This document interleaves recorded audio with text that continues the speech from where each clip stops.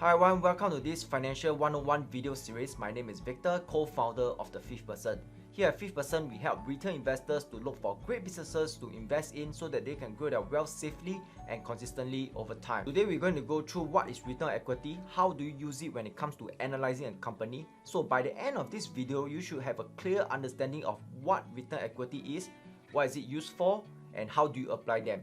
So if you're ready, let's go. When you look at Berkshire Hathaway's annual report, you often see a page that lists Berkshire Hathaway acquisition criteria. So under the criteria point number 3, it states that a company must generate a good return on equity. In short, we call it ROE. So why is ROE so important to Warren Buffett? Because ROE reflects the management ability to allocate capital efficiently and effectively.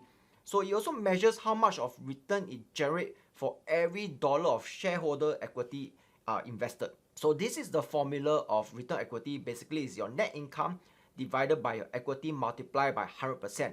So what we are looking for is companies that can consistently generate return on equity of more than 15%. So what does this mean? It means that for every $100 of equity invested, right, the company is able to generate $15 of profit.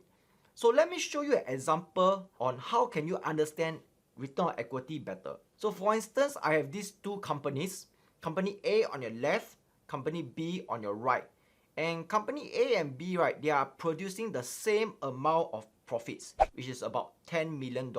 Just by looking at the profits, right, which is the same figure, it's hard for investors like you and me to figure out whether which company is actually the better company. But if I were to include the shareholder equity of both of the company into the analyzing the business, then I will know whether which company is efficient in terms of the management generating returns for shareholder. So for instance, company A have return on equity of 150 million and company B have return on equity of 50 million. You can see that company A is generating a ROE of 6.7%, whereas company B generates an ROE of 20%. Now with the ROE figure, we can determine that company B is actually more efficient than company A, and company B management is able to generate more returns to shareholder as compared to company A. So as a general rule of thumb, we want to look for companies with higher ROE is always better than companies with lower ROE. So where can you obtain the return on equity figure from? So one of the most common place to look at is the 10K or the annual report of the company. So for instance, let me show you an example. This is the 10K financial statement from Alphabet, which is the parent company of Google. So this is the income statement, and if you at the income statement, you want to look for the net income, which is over here. So Google makes about 34,343 millions in profits. And next is you want to go into the balance sheet. So under the balance sheet, you want to look for this keyword called shareholder equity or stockholder equity, which is right over here. So you can see that the stockholder equity of Alphabet is actually 201,442 millions. So to calculate the ROE for Alphabet, you basically take 34,343, which is the net profit divided by the shareholder equity, which is 201,442, which gives Alphabet a return on equity of 17%.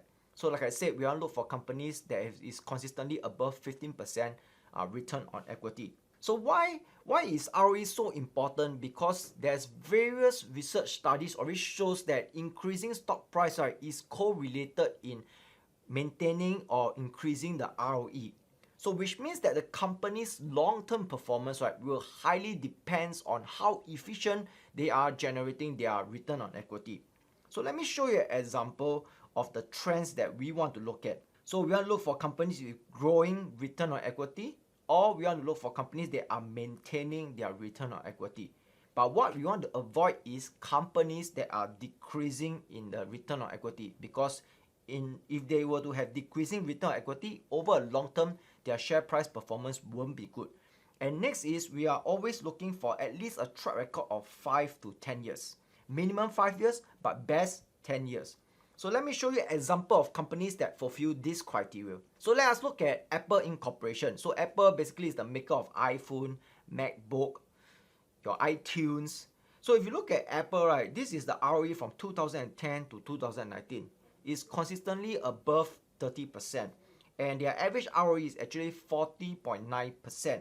And let us look at the share price performance for Apple. So you can see for the past 10 years, right, the share price performance for Apple is on an uptrend because they have been performing very good in terms of the return on equity. And the CAGR growth between 2010 to 2020 is 26.2%. It's super impressive. Next is we want to look at this company called General Electric's company. This is one of the longest listed company in the stocks exchange. So if you look at General Electric's, right, their ROE has been decreasing from 2010 all the way to 2018, and it goes into a negative region. So let us look at the average ROE for General Electric, which is about 1.3%. So generally they are below our rule of thumb of 15%, and moreover they are on a decreasing trend. So let us look at the share price and see how is it correlate with the return on equity. You look at the share price of General Electric for the past 10 years, right? The compound annual growth rate from 2010 to 2020, right, is actually on a negative 7.49%. Now you can see very clearly that the return on equity is really correlated with the share price. So do remember to look for companies with high ROE of more than 15%. By now you should have a clear understanding of what return on equity is, how to apply them when it comes to analyzing a company. Again, ROE tells you the ability of the management efficiency to generate returns for shareholder. We want to avoid companies that have decreasing ROE. And lastly, we want to look for companies with ROE of more than 15% and with a track record of 5 to 10 years. Now, if you are into investing and you would like to find out how you can find companies that can compound 10 to 20% a year, we have a free training for you at The Quadrant Strategy. You can find the training link in the description box below. And finally, if you like this video, do remember to hit the like button below, share with your friends, and don't forget to subscribe to the channel for more videos and updates. Thank you for watching, and I will see you in the next video.